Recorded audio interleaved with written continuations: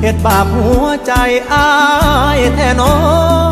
สัญญาที่ด่านตม.ช่องเมฆว่ารอบ่มีค่าลางานเมื่อบานปากเสคราวนั้นนัดวันกลับมายิ่งบ่าวอุบลคนคอยสัญญาสิเป็นบ้าทำใจกระโดนพอได้ที่ผูกหัวใจเฮาไว้ด้วยกัน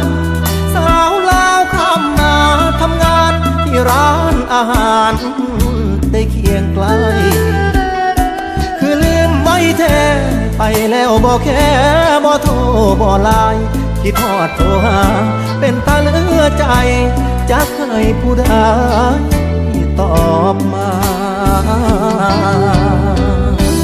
เลขหมายที่ท่านโทรหาบนสามารถติดต่อได้กรุณาโทรใหม่อีกครั้ง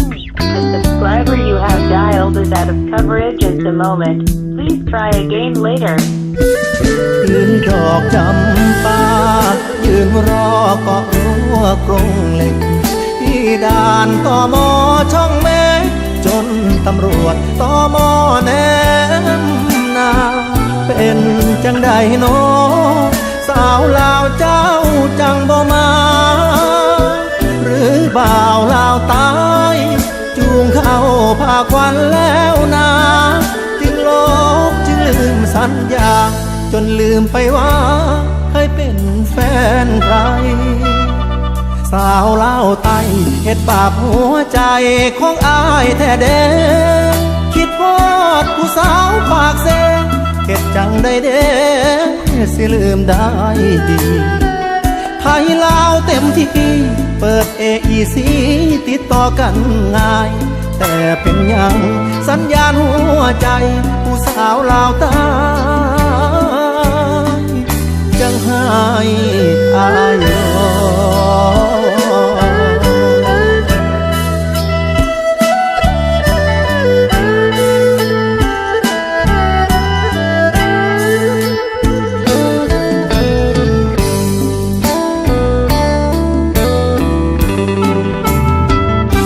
สาวลาวใต้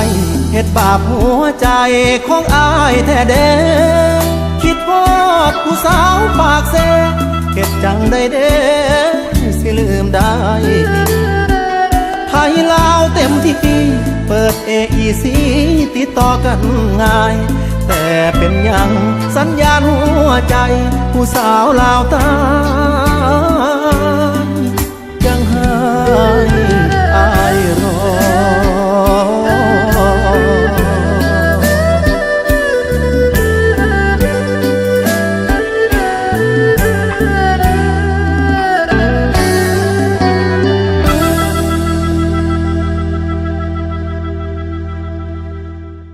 สาวลาวใต้เฮ็ดบาปหัวใจของอ้ายแท้เด้คิดพอดผู้สาวปากเซเฮ็ดจังได้เด้สิลืมได้ดีไทยลาวเต็มที่เปิด AEC ติดต่อกันง่าย